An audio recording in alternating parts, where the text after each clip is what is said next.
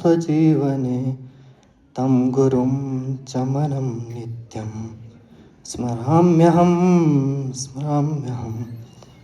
तं गुरु च मनं नित्यं स्मराम्यहं।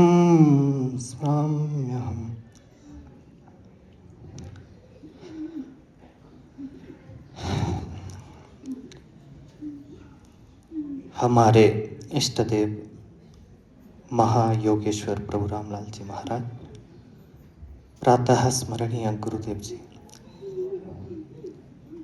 उपस्थित साध संगत, आप सभी के आशीर्वाद से यद्यपि यहाँ बोलने के लिए अनुभव आवश्यक होता है, हमें तो उतना अनुभव नहीं हो पाया। जो पुस्तकों में पढ़ा योग और संस्कृत के बारे में थोड़ा सा आपके सामने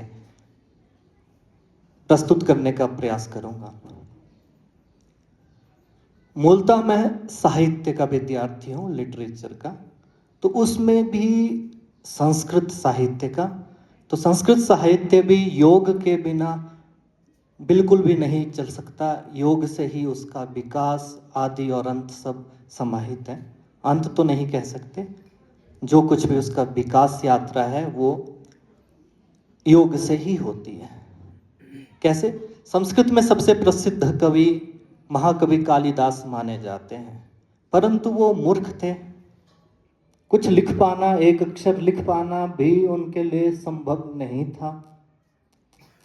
तो उन पर काली देवी की ऐसी कृपा हुई, जो निरा मूर्ख समझा जाता था, उसके द्वारा लिखे गए ग्रंथों को आज भी याद किया जाता है।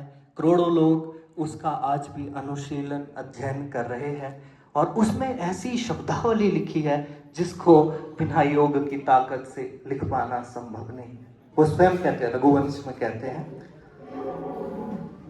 उनका जो मंगलाचरण है उसमें भी योग है कहीं ना कहीं। वो कहते हैं वागर्था विव संपृक्तौ वागर्था प्रतिपत्तयः जगतः पितरौ वंदे पार्वती परमेश्वरौ। कहते हैं पार्वती और शंकर तो शब्द और वाणी के समान आपस में मिले हुए हैं। तो ये बहुत बड़ी मीमांसा इस पर होती है, उस पर अधिक नहीं जाऊंगा।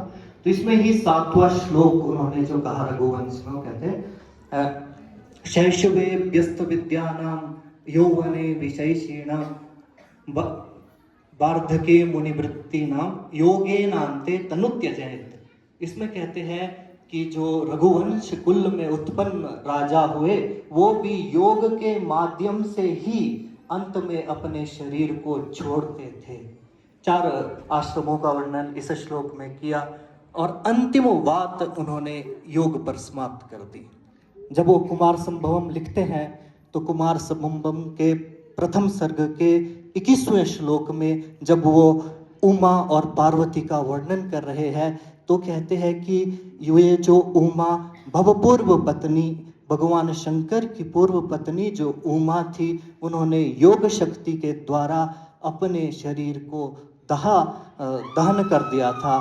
इतनी बड़ी बात कालिदास जी वहाँ पर भी योग के माध्यम से कहते हैं, तो योग की ताकत को वो भली भांति जानते थे। इसी प्रकार से योग पर और भी जितने कवि हुए वो कहते हैं। मम्मटाचार्य काव्य प्रकाश के रचनाकार हुए, उन्होंने भी कहीं ना कहीं योग को समझा होगा, तभी वो शक्ति का वर्णन करते हैं। वो कहते हैं कि कुछ भी लिख पाना, अगर आप गीत लिख रहे हैं, कविता लिख रहे हैं, कुछ भी लिख रहे हैं, वो सब शक्ति के कारण होता है। तो कहते हैं शक्ति क्या है? कहते हैं शक्ति संस्कार बीज रूपः संस्कार विशेष यम बिना काव्यम न प्रसरेत प्रसृतम व उपहसनीयम स्यात् इत्यादि। कहते हैं कि ये जो शक्ति है, ये एक संस्कार विशेष है, जिसके माध्यम से कभी किसी कविता को, किसी काव्य को लिखता है, अगर उसके भीतर ये शक्ति विद्यमान नहीं है तो वह एक शब्द भी नहीं लिख पाएगा। अगर लिखेगा भी तो उपहास का कारण बनेगा। तो जो कुछ लिखना नहीं जानता, किंतु गुरु कृपा से, प्रभु कृपा से उसके भीतर एक संस्कार विशेष जागृत होता है, और वो ऐसी वाणी लिख लेता है जिसको पढ़ने के बाद उसे स्वयं आश्चर्य होता है कि मैंने ये लिखा कैसे, ये विचार मेरे अंदर उस समय कहाँ से आए थे। इसी को प्रतिभा भी कहा। हमारे भीतर जो कुछ भी विद्यमान है कहीं ना कहीं योग के कारण प्रस्फुटित होता है। समय का अभाव है, अधिक ना कहता हुआ अपनी वाणी को विराम दूंगा। बोल सच्चिदानंद महा।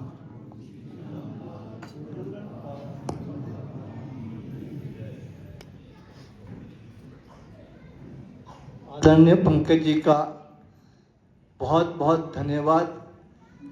आप आते रहे यहाँ, हम तो चाहते थे घंटों सुने इनकी बातें, तो आगे लगेगा मौका कि हम इनसे शास्त्रों की बात, योग की बात और साहित्य की बातें प्रभु जी ने तैयार किए हैं।